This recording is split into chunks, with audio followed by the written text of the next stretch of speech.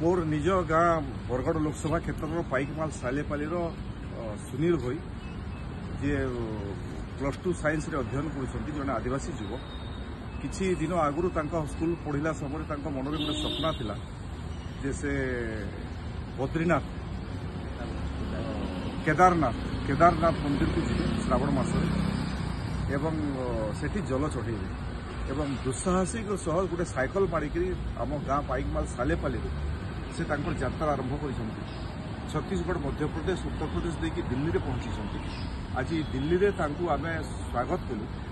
एवं यात्रा शुभकामना कलु बिना चप्पल यात्रा आरंभ कर चप्पल पिंधि साइकल दुस्साहस हाथ में पैसा भी ना जे जो खाइबा गला से खाऊँ मुझे यात्रा सफलता कामना करुँ आशा करुँ दुस्साहसिक यात्रा आगामी दिन में आम अंचल अनेक युवक मान प्रेरणा देव।